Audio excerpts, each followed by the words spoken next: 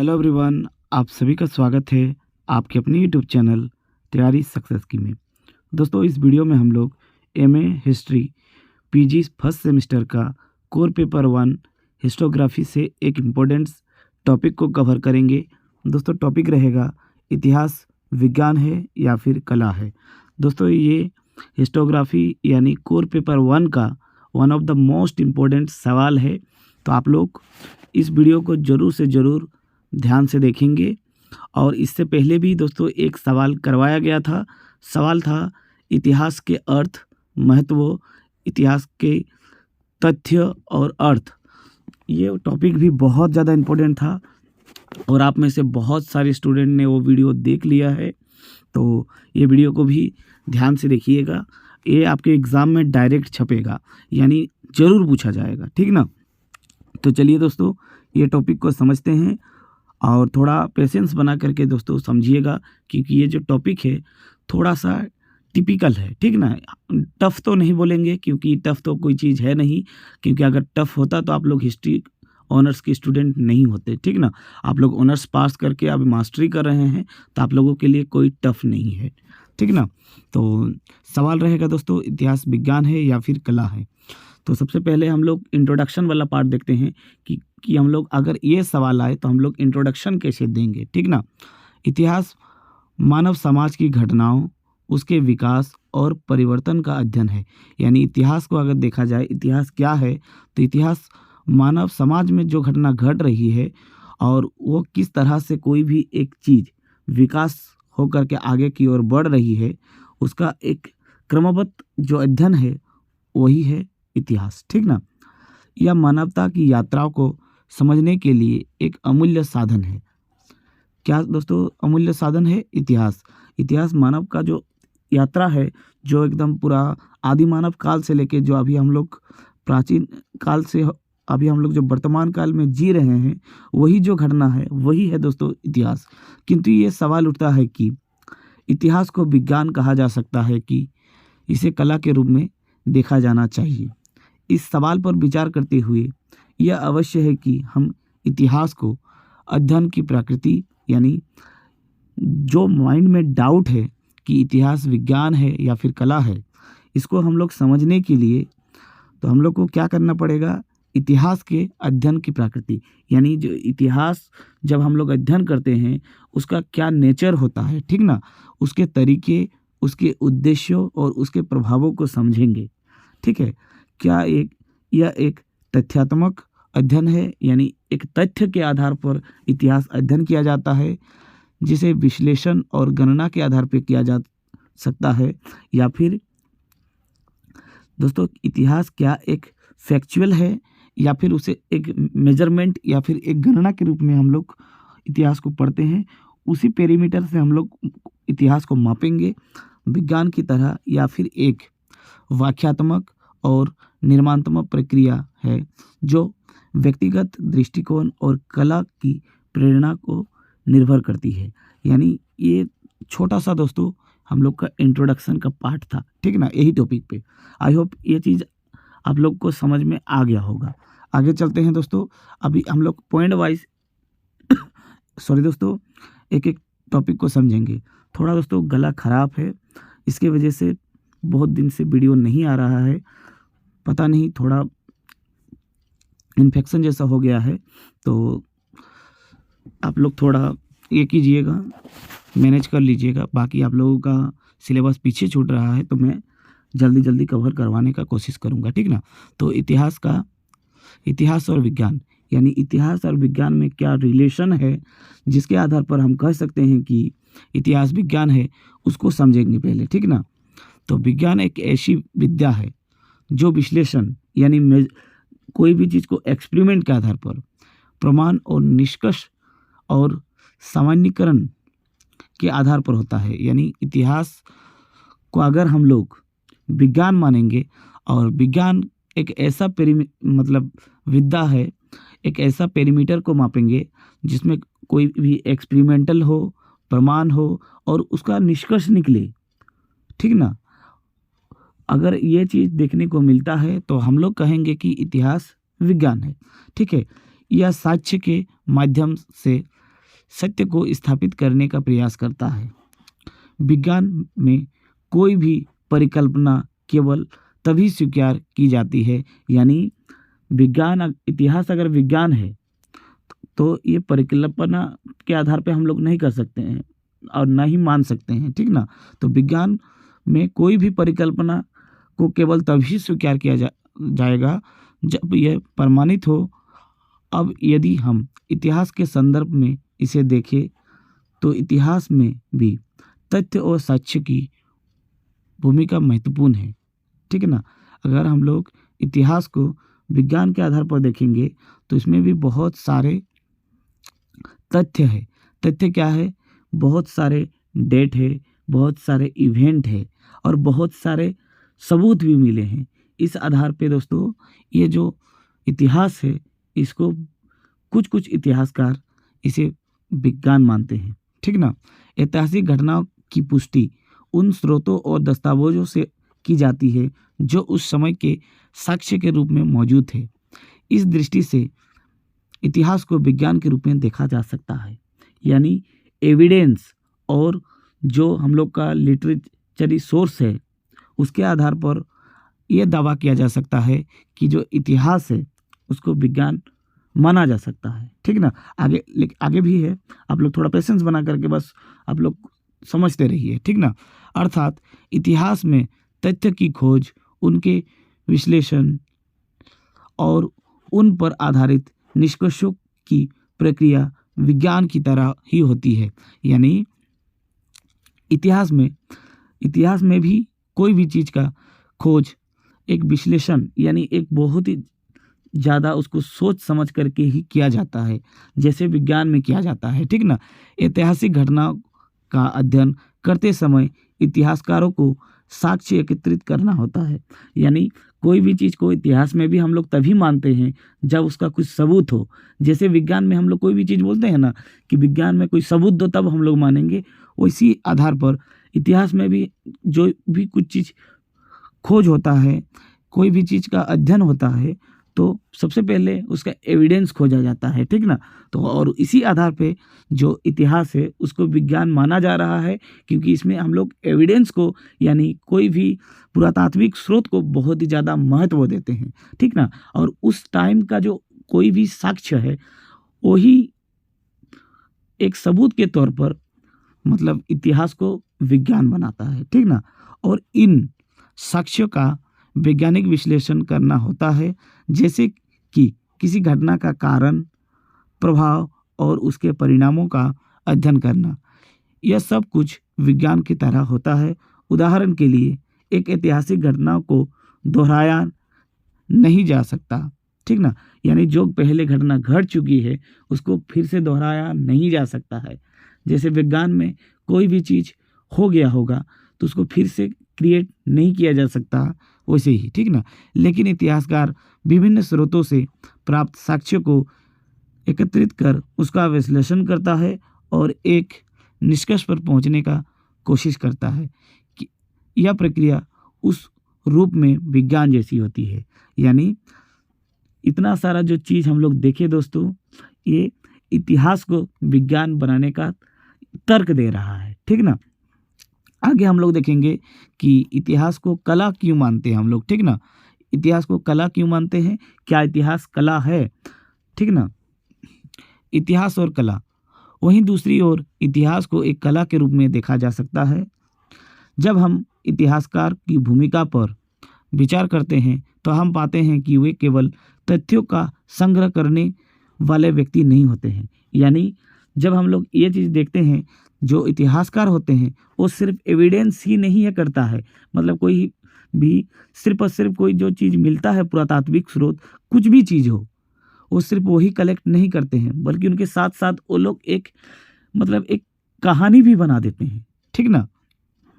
बल्कि वे इन तथ्यों का विवेचना और वर्णन भी करते हैं। यानी वो लोग ऐसा एक धारणा भी बनाते हैं कि मान के चलिए, मैं आप लोगों को एग्जांपल के लिए समझा रहा हूँ, मान के चलिए कोई भी इतिहासकार कहीं से एक कॉइन मिल गया, ठीक ना।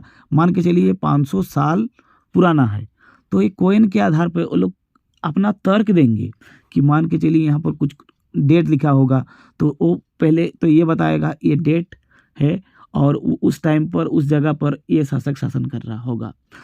फिर देखेंगे ये जो कॉइन है वो किस मेटल का है, मेटल से उसका अर्थव्यवस्था बताएंगे।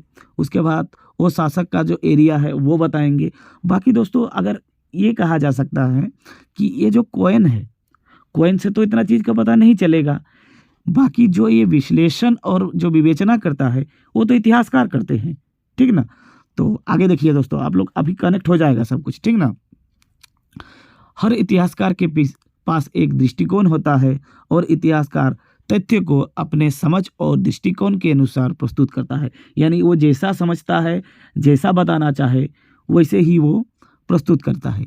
इसी कारण से इतिहास की प्रस्तुत में अलग अलग मत और विभिन्न व्याख्याएं हो सकती है। हाँ दोस्तों, होता ही है, कोई इतिहासकार कुछ एक कहता है तो कोई दूसरा इतिहासकार उसे तर्क देता है, उसका जो ये साक्ष्य है उसको गलत साबित करता है, ठीक ना। तो मतलब उनका जो दृष्टिकोण है वो अलग अलग होता है। लेकिन दोस्तों विज्ञान में तो ऐसा नहीं होगा। विज्ञान में कोई भी अगर मान के चलिए कोई भी एक धातु मिल गया, सपोज एग्जाम्पल के लिए मैं बता रहा हूँ, कोई एक आपको लोहे का छड़ मिला, ठीक ना। तो अगर आप कहीं पर प्रयोगशाला में उसको टेस्ट करेंगे, दिल्ली में भी करेंगे तो वो लोहे का ही बोलेगा, पटना में भी बोलेंगे तो वो लोहे का ही बोलेगा, और अगर चेन्नई भी ले जाए तो भी वो लोहे का ही होगा। क्योंकि जो विज्ञान दृष्टिकोण है वो सब एक ही तरह का होता है। लेकिन इतिहासकार में यहाँ पर मतभेद हो रहा है और इस आधार पर जो इतिहास है उसको कला के रूप में भी देखा जा सकता है, ठीक ना। जैसे कि कई युद्ध समाज और संस्कृति, धर्म और राजनीति से जुड़े हो सकती है। यानी उनका जो तर्क है वो इन सब टॉपिक के ऊपर हो सकता है, ठीक ना। वहाँ तक कि इतिहासकारों का दृष्टिकोण भी प्रभावित होता है कि वह कौन से स्रोत और दस्तावेज प्राथमिक मानते हैं। यानी वो किस आधार पे कह रहे हैं, उसका तथ्य क्या है, कौन सा बुक को वो रेफरेंस मान रहा है, ठीक ना। वे अपने लेखन में अपनी व्यक्तिगत भावना, धारणा और विचारधारा का समावेश करते हैं। वो नहीं, उनका जो मन में बात है वो उसको भी प्रस्तुत करते हैं जो एक कला के विचार से मेल खाते हैं। यानी इससे वो उनका आर्ट्स दिखाता है, उनका क्या अंदर में आर्ट है, ठीक ना। उदाहरण के लिए एक घटना को एक इतिहासकार युद्ध की दुखदायी परिस्थितियों के रूप में प्रस्तुत करता है, जबकि दूसरा इतिहासकार इसे राष्ट्र की गौरवमय जीत के रूप में चित्रण कर सकता है, ठीक ना। आप लोग को समझ में आ रहा होगा, ठीक ना। इसमें कोई हार्ड नहीं है दोस्तों, बस आप लोग को समझना है। ये टॉपिक अगर समझ जाएंगे ना तो आपको सेम एज इट इज आपको लिखना नहीं है, बस आपको समझना है भावनाओं को, ठीक ना। आगे देखते हैं, चलिए। इतिहासकारों की या व्यक्तिवादी प्रवृत्ति इतिहास को एक कला के रूप में प्रस्तुत करती है, क्योंकि कला भी व्यक्ति की भावनाओं, विचारों और कल्पना का प्रयोग करता है, जबकि विज्ञान में तथ्य का महत्व अधिक होता है। ऐतिहासिक विवेचना, वर्णनात्मक शैली और रचनात्मक उसे एक कला के रूप में बदल देती है। यानी जब दोस्तों देखा गया है कि इतिहास में एविडेंस मिलने के बाद जो इतिहासकार है अपना खुद का विचारधारा, अपने भावना और अपना दृष्टिकोण इसमें ऐड ऑन करते हैं, तो ये जो इतिहास है उसको कला के रूप में ज़्यादा महत्व दिया जा रहा है, ठीक ना। आगे हम लोग क्या करेंगे, दोनों का मिश्रण करेंगे। यानी इतिहास को हम लोग मानेंगे कि विज्ञान है और उसी को मानेंगे कि ये कला है। उसका अगर समावेश कर दिया जाए और उसके बाद हम लोग निष्कर्ष पे पहुंचेंगे कि वास्तव में इतिहास क्या है, ठीक ना। ध्यान से देखिएगा दोस्तों, आप लोग को समझना है बस, ठीक ना। इतिहास में कला और विज्ञान का सम्मेलन, ठीक है। इतिहास के अध्ययन में दोनों विज्ञान व कला का सम्मेलन होता है। यानी अब जो इतिहास, ये जो टॉपिक है ये दोनों को मिश्रण कर रहा है। पहले कला माना, विज्ञान माना, उसके बाद कला माना, अब दोनों का मिश्रण मान रहा है, ठीक ना। बाद में हम लोग निष्कर्ष पे पहुंचेंगे। विज्ञान का काम तथ्य और प्रमाणों का संग्रह करना और विश्लेषण करना और उन्हें एक तार्किक ढंग से प्रस्तुत करना है। यानी यहाँ पर दोस्तों कहा जा रहा है कि जो इतिहास है उसमें विज्ञान इस तरह से है, वो टॉपिक उसमें जो तथ्य होते हैं और प्रमाण होता है उसको कलेक्ट किया जाता है, ठीक ना, उसमें सबूत के तौर पे होता है। वही कला का काम उन तथ्यों को, प्रमाणों और कथनों के रूप में प्रस्तुत करता है। यानी जो सबूत मिला इतिहास में उसको हम लोग विज्ञान की तरह ले और उसका जो आउटपुट निकले यानी उसका जो आपका कोई भी जो विश्लेषण निकले उसको एक कला के रूप में ले, ठीक ना। यानी उसी का दोनों मतलब निकल रहा है, एक आपका साइंस के रूप में भी और एक आर्ट्स के रूप में भी, ठीक ना। बाकी आप लोग समझते रहिए, आप लोग पूरा क्लियर हो जाएगा, ठीक ना। वही कला को का काम उन तथ्यों और प्रमाणों का कथानक के रूप में प्रस्तुत करना है। इस प्रकार इतिहास का उद्देश्य केवल तथ्यों को एकत्रित करना नहीं बल्कि उन्हें सुसंगठित और प्रस्तुत करने से विवेचनात्मक तरीकों से प्रस्तुत करना है। यानी जब हम लोग देखा गया कि इतिहास को वैज्ञानिक रूप में भी देखा गया और कला के रूप में भी देखा गया और दोनों को उसमें मिक्स कर दिया गया कि जो विज्ञान है उसमें एविडेंस के रूप में जो मिलता है उसे हम लोग विज्ञान मानेंगे और उसमें जो हम लोग विश्लेषण करते हैं उसके संबंधित जो हम लोग जानकारी देते हैं वो आर्ट्स है, ठीक ना। जो दोनों ही बहुत ही ज़्यादा इम्पोर्टेंट है किसी भी चीज़ को समझने के लिए, ठीक है, ताकि पाठक जो और या श्रोता इस ऐतिहासिक घटना को ना केवल समझे बल्कि इसे महसूस कर सके, ठीक ना। यानी कोई चीज़ अगर मान के चलिए, आपको मान के चलिए 1000 साल पुराना कोई कॉइन मिल गया, तो अगर हम लोग इसको सिर्फ हम लोग के पास रहे तो इसको एक साइंस के रूप में मान सकते हैं, ठीक ना। लेकिन अगर उसका हम लोग जानकारी भी मिल जाए तो कला हो जाएगा, ठीक ना। अब दोस्तों देखते हैं ऐतिहासिक हम लोग का ऐतिहासिक दृष्टिकोण, यानी हम लोग को ऐतिहासिक दृष्टिकोण से क्या मानना चाहिए ये हम लोग देखेंगे और इसके नेक्स्ट स्टेप में हम लोग इसका एंड कर देंगे, निष्कर्ष पे पहुंच जाएंगे, ठीक ना। ऐतिहासिक दृष्टिकोण दोस्तों, आप लोग को वीडियो कैसा लग रहा है आप लोग कमेंट बॉक्स में नहीं बताते हैं, कमेंट बॉक्स में ज़रूर बताइए ताकि हम लोग और भी आगे भी टॉपिक करते रहें, ठीक ना। इतिहासकारों के दृष्टिकोण में भी विभिन्नता होती है, यानी सभी इतिहासकार में मतलब एक जैसा भावना और एक जैसा विवेचना नहीं होता है, उनका जो विचारधारा है वो अलग अलग होता है, वो आप लोग भी जानते हैं, ठीक ना। मार्क्सवादी इतिहासकार ऐसे इतिहासकारों को आर्थिक दृष्टिकोण से देखते हैं, यानी जो मार्क्सवादी इतिहासकार है वो कोई भी ऐतिहासिक घटना को आर्थिक दृष्टिकोण से देखते हैं, यानी फाइनेंशियल देखते हैं, जबकि सांस्कृतिक इतिहासकार उसे सांस्कृतिक, धार्मिक और सामाजिक दृष्टिकोण से प्रस्तुत करते हैं। यानी दोस्तों यहाँ पर इतिहासकार के भी टाइप बनाया जा रहा है, ठीक ना। जो मार्क्सवादी इतिहासकार होते हैं वो ज़्यादातर चीज़ को एक इकोनॉमिकली सोचते हैं, यानी उस काल में ऐसा समाज रहा होगा, मतलब उसमें उनका जो धन है, इनकम है, ऐसा रहा होगा, उनका जो और भी बहुत सारा व्यापार है वो उस आधार पे इसको डिवाइड करता है। बल्कि और जो सांस्कृतिक इतिहासकार है वो संस्कृति को बताता है, धर्म को बताता है, उनके समाज को बताता है, वो उस आधार पे इसको प्रस्तुत करते हैं। ये सभी दृष्टिकोण एक कला की तरह होती है क्योंकि इतिहासकार इन दृष्टिकोणों के माध्यम से अपने विचार और सिद्धांतों का विवेचन रचनात्मक निर्माण करते हैं। यानी दोस्तों जब हम लोग ऐतिहासिक दृष्टिकोण से हम लोग इतिहास के बारे में हम लोग समझे, चाहे वो मार्क्सवादी विचार इतिहासकार हो या फिर सांस्कृतिक इतिहासकार हो, तो उन दोनों का ही लास्ट रिजल्ट इतिहास एक कला के रूप में भी देखा जा रहा है, ठीक ना। बाकी हम लोग निष्कर्ष के आधार पर क्या कहेंगे ये आप लोग देखते रहिए, ठीक ना। विज्ञान के विपरीत जहाँ निष्कलंक तथ्य और साक्ष्य का विश्लेषण ही मुख्य होता है, इतिहास में ऐसे निर्णय और विवेचना होते हैं जिनका एक सीमा तक संदर्भात्मक और व्यक्तिगत पहलू होते हैं। यह प्रक्रिया अधिकतर कला की तरह होती है जिसमें व्यक्तिगत अनुभव, संवेदनाएं और शैली शामिल होते हैं। यानी जो विचारधारा है, जो हम लोग देखें मार्क्सवादी इतिहासकारों का विचारधारा और सांस्कृतिक इतिहासकारों का विचारधारा,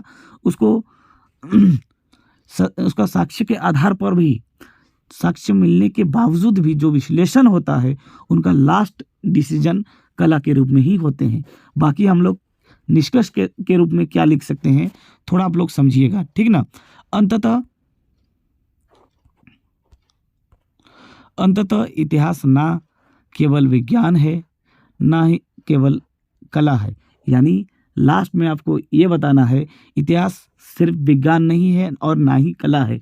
ये क्या है दोस्तों? ये दोनों का मिश्रण है, ठीक ना? ये दोनों का सम्मिश्रण है।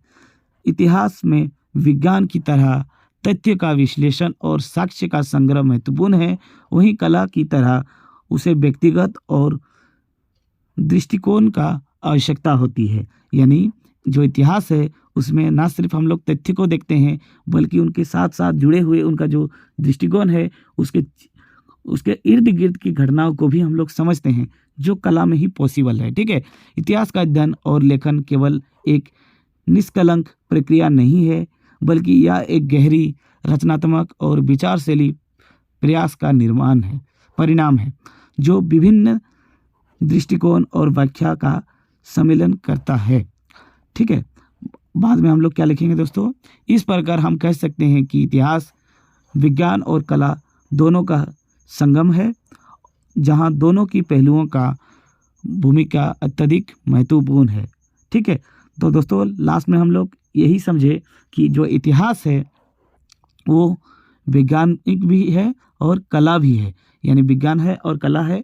किस आधार पर है? विज्ञान, इतिहास में जो साक्ष्य मिलते हैं वो वैज्ञानिक के रूप में, एविडेंस के रूप में मिलते हैं, और जो उसमें हम लोग जो उनका अपना विचारधारा इतिहासकार द्वारा प्रस्तुत किया जाता है, उनका जो विवेचना होता है वो कला के रूप में। आई होप आपको क्लियर हो गया होगा। ठीक है, अगर आपको वीडियो अच्छा लगा है तो प्लीज़ वीडियो को लाइक कीजिए। चैनल पे पहली बार है तो चैनल को सब्सक्राइब कर लीजिए, और मिलते हैं नेक्स्ट वीडियो में। तब तक के लिए जय हिंद।